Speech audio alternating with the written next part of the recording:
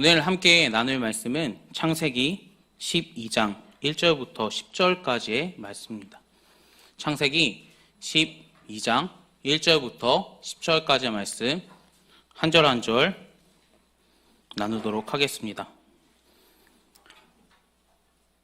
여호와께서 아브라함에게 이르시되 너는 너의 고향과 친척과 아버지의 집을 떠나 내가 내게 보여준 땅으로 가라.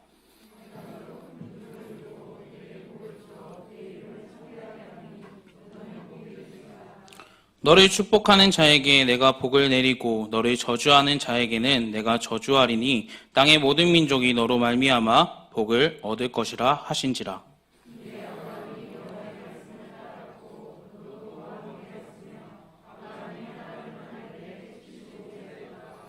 아브라함이 그의 아내 사레와 조카 롯과 하람에서 모은 모든 소유와 얻은 사람들을 이끌고 가나안 땅으로 가려고 떠나서 마침내 가나안 땅으로 들어갔더라.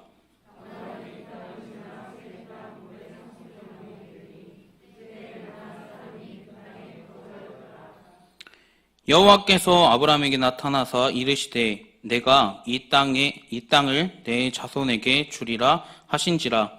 자기에게 나타나신 여호와께서 그가 그곳에서 제단을 쌓고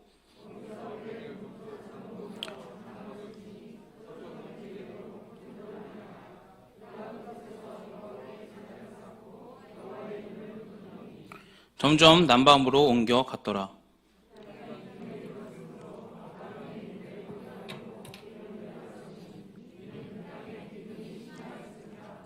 아멘. 먼저 이 시간을 마련해 주신 목사님께 감사합니다. 그리고 성도님들께 참으로 감사한 1년이었던 것 같습니다. 교회에서 이제 뭔가 성도님들을 만나거나 아니면 목사님을 이제 만나뵙게 되면은 항상 주원회에 대해서 많이 이제 물어보시더라고요. 그러면서 좀 많이 감사했었습니다. 기도회 때도 목사님께서 앞에서 주원회를 위해서 함께 기도해 주셨고, 그리고 사역자분들, 그리고 성도 여러분들께서 아이를 위해서 참으로 감사하게 기도해 주심에 저는 매우 감사함을 많이 느꼈었습니다. 그리고 이제 뭔가 마지막으로 이제 설교할 수 있는 기회 또한 허락해 주심에 저는 너무 감사할 수밖에 없었습니다. 그러면서 여러분들과 무슨 말씀을 이제 나눌까, 어떠한 말씀을 좀 주제로 나눌까 했었습니다. 그래서 마지막으로 나누게 된 말씀의 제목 한번 다시 띄워줄 수 있나요? 네, 한번 같이 읽어볼까요? 시작. 네, 오늘은 가장 특별한 부르심이라는 제목으로 함께 말씀을 나누도록 하겠습니다. 창세기 12장은 성경 가운데에 가장 큰 의미를 담고 있습니다. 그리고 창세기에서 중요하다라고 이야기합니다. 창세기를 이제 창조 부분을 문학적인 분류로 이제 구분하다 보면은 세 가지로 나눌 수 있다라고 합니다. 첫 번째로는 아담을 택하셨고 만드셨고, 그 다음에 인류의 시작으로 그 후에 이제 선악과를 먹음으로 타락을 하고 이 세상이 저주받았고 죄악이 온 세상에 가득 차는 사건이었습니다. 그 후 900년이 지나서 두 번째 노아와 그의 가족들을 남기시고 홍수로 모든 세상을 멸하셨습니다. 그리고 인류를 다시 한번 시작하게 되셨죠. 그리고 무엇이 등장합니까? 바로 바벨탑 사건이 일어나게 됩니다. 세상에 죄가 많았기 때문에 이 바벨탑이 일어나는 것은 당연했습니다. 그리고 오늘 등장하고 있는 세 번째 인물이 누구죠? 바로 아브라함입니다. 이 두 번째 재창조 이후에 하나님께서는 아담으로부터는 약 1800년, 그리고 노아로부터는 약 900년이 지난 후에 세 번째 아브라함을 부르셔서 택하셔서 하나님의 나라를 이루어 가시고 이스라엘 민족의 역사를 시작하셨습니다. 여기에서 우리는 한 가지 질문을 던질 수 있을 것입니다. 왜 아브라함이라는 인물을 부르셔서 그를 통해서 하나님의 민족인 이스라엘을 이루셨을까 하는 질문입니다. 아브라함을 정확하게 이야기하자면 하나님을 몰랐습니다. 사실 그거보다 더 정확하게 이야기하자면 그는 다른 신을 섬겼었고 하나님을 전혀 알지 못했던 인물이라고 성경에서는 말씀하고 있었습니다. 하지만 오늘 성경에서는 아브라함에게 직접 찾아오셔서 하나님께서는 아브라함을 선택해 주셨습니다. 왜 많은 사람 중에 아브라함이었을까요? 성경은 그것에 대해서 정확하게 말하지는 않습니다. 하지만 창세기 9장 27절에서는 그것을 조금 유추해 볼 수 있는 성경 말씀 구절이 등장합니다. 창세기 9장 27절 말씀입니다. 하나님이 야벳을 창대케 하사 셈의 장막에 거하게 하시고 가나안은 그의 종이 되게 하시기를 원하노라 하셨더라 말씀합니다. 노아가 셈에게 축복하는 사건, 그것이 바로 하나님과 아브라함의 언약의 시작이라고 볼 수 있습니다. 하지만 하나님께서는 아브라함이 아니라 셈의 그 많은 후손 중에 굳이 아브라함을 선택해 주셨고 그를 통해서 계획을 이루셨습니다. 왜? 많고 많은 사람 중에서 굳이 아브라함이었을까요? 왜 12장에 아브라함을 불러주셨을까요? 그 이유는 하나님께서 아브라함을 일방적으로 선택해 주셨다라고 말할 수밖에 없습니다. 우리도 무엇을 해서 우리가 선택받은 것이 아니지 않습니까? 우리가 이 자리에 하나님께서 불러주셨기 때문에 모이게 된 것 아닙니까? 그런 것처럼 하나님께서 우리를 선택해 주신 이유는 우리가 태어나기 이전부터 우리를 택하셔서 이 자리 가운데, 이 시간 가운데에 불러주셨다는 것입니다. 로마서 9장 15절부터 16절은 다음과 같이 말하는데 모세에게 이르시되 내가 긍휼히 여기는 자는 긍휼히 여기시고 불쌍히 여기는 자는 불쌍히 여기리라 하시니 그런즉 원하는 자로 말미암도 아니요 다름질하는 자로 말미암도 아니요 오직 긍휼히 여기시는 하나님으로부터 말미암느니라. 아멘.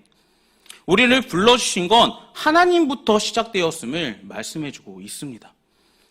신약에서 이것은 무조건적 선택이라고 합니다. 이것이 무슨 말이냐면 사람이 믿음보다 앞서서 하나님의 절대적인 선택이 있었다라는 것입니다. 아브라함도 동일합니다. 그가 다른 사람보다 특별했기 때문에 잘났기 때문에 선택받은 것이 아닙니다. 하나님께서 아브라함에게 불러주신 이유는 하나님의 무조건적인 선택, 그를 통해서 분명히 이루실 계획 또한 함께 담겨져 있었습니다. 우리도 동일합니다. 내가 잘나서 무엇이 뛰어나서 하나님께서 우리에게 찾아온 것이 아닙니다.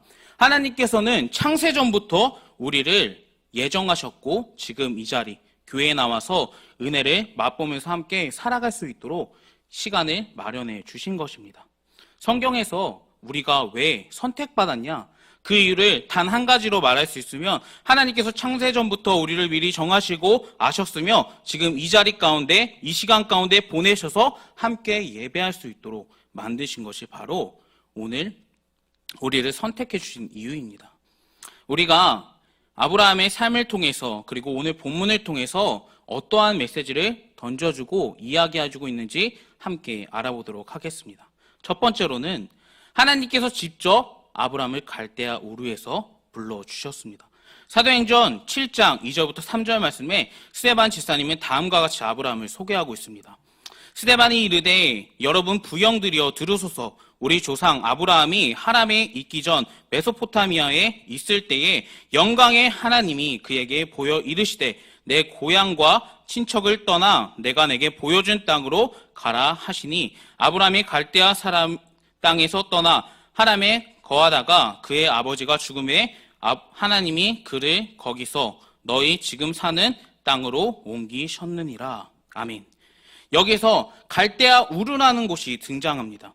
아브라함이 살고 있었던 갈대아 우르는 어떠한 지역이었을까요? 그것은 메소포타미아의 지역에 있었던 페르시아의 북쪽의 메소포타미아라는 지역에서 이제 그곳에 존재했던 곳이라고 이야기합니다. 이곳은 문학적으로 이제 크게 발전하였고 일찍이 교육기관 또한 생겼다라고 합니다. 근데 그곳에 중요했던 것은 무역이 상당히 발전했던 곳이라고 성경학자들은 이야기합니다. 특히 그곳의 이제 무역 상품 중에 대부분은 우상을 만들었고 그것을 판매하는 곳이 아주 갈대아 우르라고 이야기했습니다. 갈대아 우르의 지역에는 유이신 하나님을 찾아보기 어려웠던 것입니다. 그 상황 속에서 아브라함은 살고 있었습니다. 또한 아브라함도 하나님을 전혀 알지 못했다라고 여호수아 24장 2절에선 다음과 같이 말씀하는데 여호수아가 모든 백성에게 이르되 이스라엘의 하나님 여호와께서 이같이 말씀하시기로 옛적에 너희 조상 곧 아브라함의 하나님 나홀의 아버지 데라가 강 저쪽에서 거주하여서 다른 신을 섬겼으나 라고 말씀해주고 있습니다. 그럼 아브라함이 하나님을 전혀 몰랐고 다른 신을 섬겼던 것이 바로 아브라함이라는 인물이었습니다. 하지만 오늘 본문 1절에는 무엇을 말합니까? 하나님께서 찾아오심을 말씀하죠. 그리고 다음과 같이 말씀하십니다. 여호와께서 아브라함에게 이르시되 너는 너의 고향과 친척과 아버지의 집을 떠나 내가 내게 보여준 땅으로 가라 라고 말씀하시고 계십니다. 여기서 사도행전 7장 2절은 조금 더 상세하게 설명해 주는데 영광의 하나님이 그에게 보이셨다라고 이끌어내셨다라고 이야기하십니다. 하나님께서는 강권적으로 아브라함을 선택해 주셨고 불러주셔서 타락한 갈대아 그 지역에서 아브라함을 건져내 주셨습니다. 또한 하나님께서는 그에게 확실하게 말씀하셨죠. 너는 너의 고향과 친척과 아버지의 집을 떠나 내가 내게 보여준 땅으로 가라 라고 말씀해 주셨습니다. 하나님께서는 타락한 세상 갈대아에서 아브라함을 불러주셨고 다른 신을 섬겼던 그를 이제는 참신인 하나님만을 섬길 수 있는 자리까지 허락하여 주셨습니다. 우리도 동일합니다. 죄인이었던 우리들을 하나님께서 불러주셨습니다. 만약 우리가 하나님을 믿지 않았더라면 우리의 삶은 어땠을까요? 제가 이제 사역자 친구들이랑 만나면 항상 이야기하는 게 있는데 만약에 너가 사역자가 아니었다면 너는 아마 교회 나가지 않았을 거야 라는 말을 자주 하게 됩니다.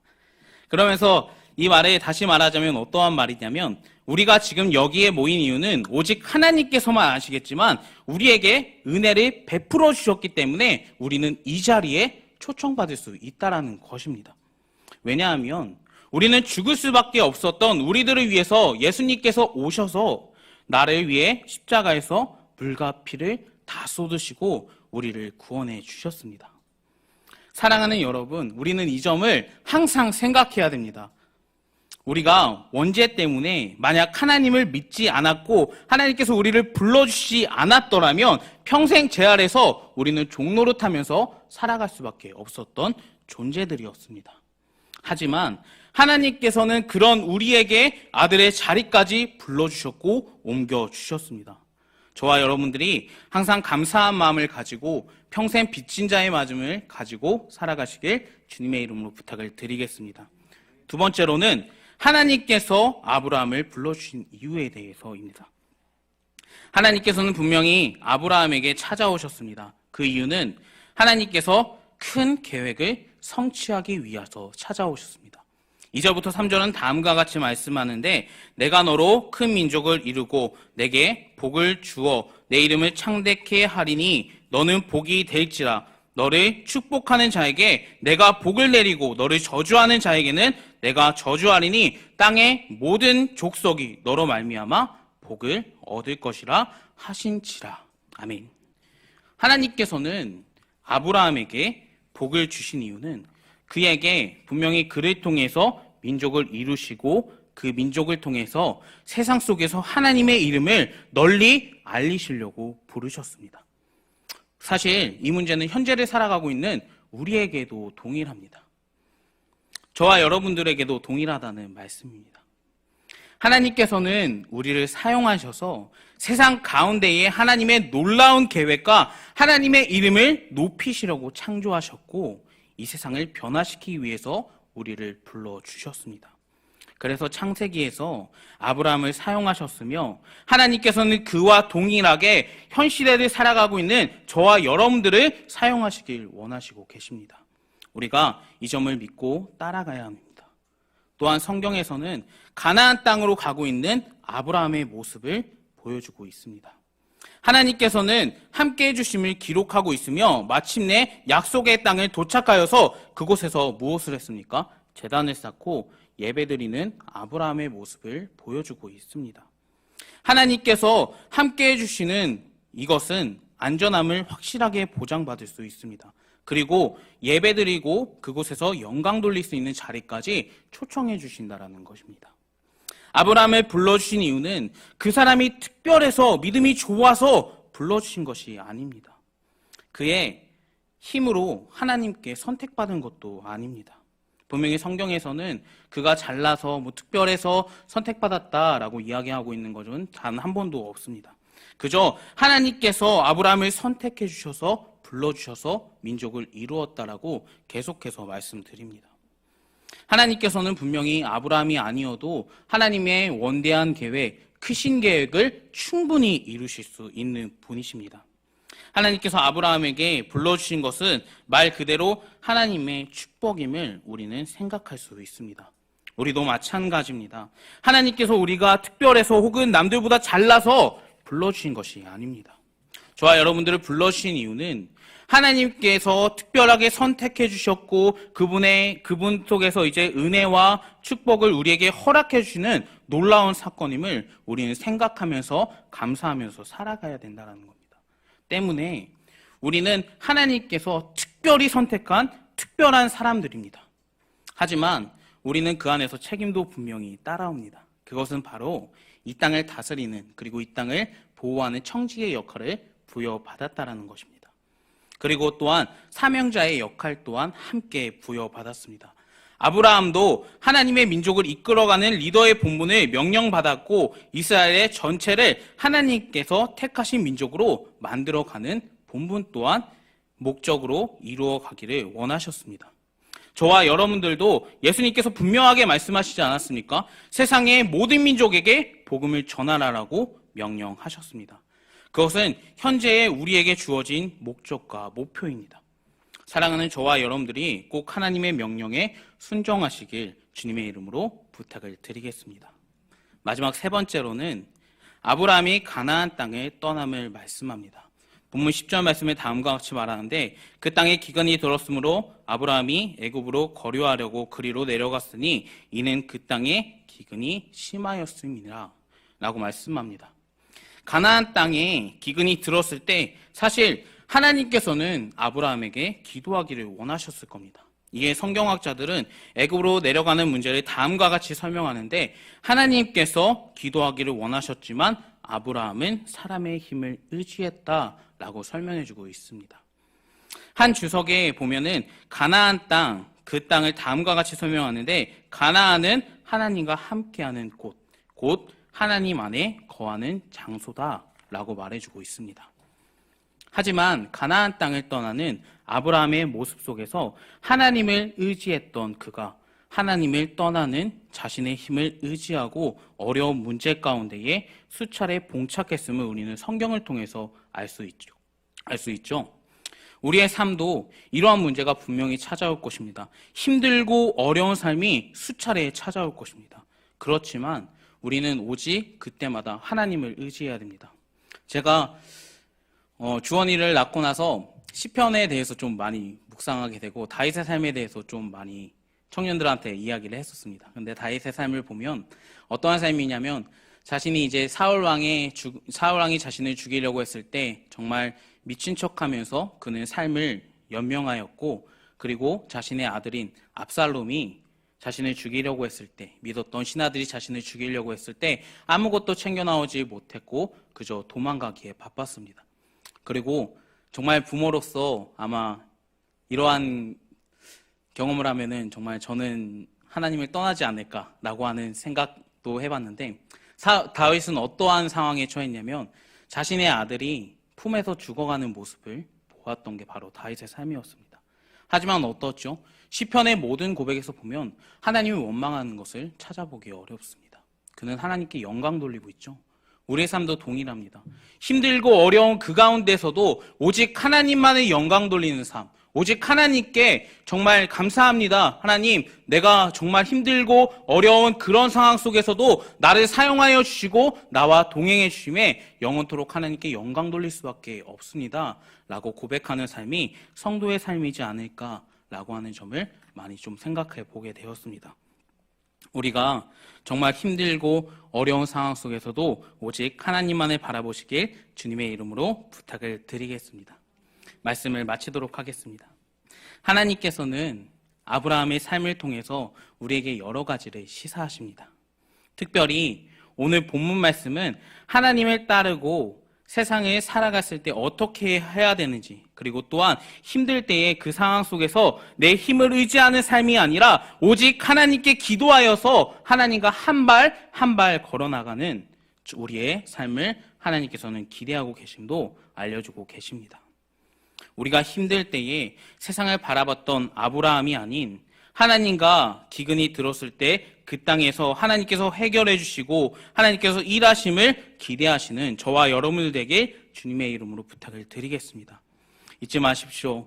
그분은 영원히 우리와 함께 해주시고 끝날까지 우리가 어떠한 문제 속에서 어떠한 환경 속에서 있을지라도 그곳에서 영원히 우리와 동행해 주시고 계십니다. 여러분들의 삶 속에서 영원한 가나안 땅 하나님과 함께하는 그곳에서 참 자유를 누리시길 주님의 이름으로 소망합니다. 기도하겠습니다. 사랑의 하나님 감사합니다. 우리가 아브라함의 삶을 통해서 함께 나누었습니다. 아버지, 우리가 힘들고 어려운 그 상황 속에서도 오직 주님만을 바라볼 수 있는 참된 성도의 삶을 이어나갈 수 있게 되게 도와주시옵소서. 아버지, 우리가 다른 것을 바라보지 않고 오직 하나님만을 바라보길 원하오니 주님께서 인도하여 주시옵시고 영원토록 함께해 주실 것을 믿고 감사드리며 이 모든 기도 우리 주 예수 그리스도의 이름으로 기도드리옵나이다. 아멘.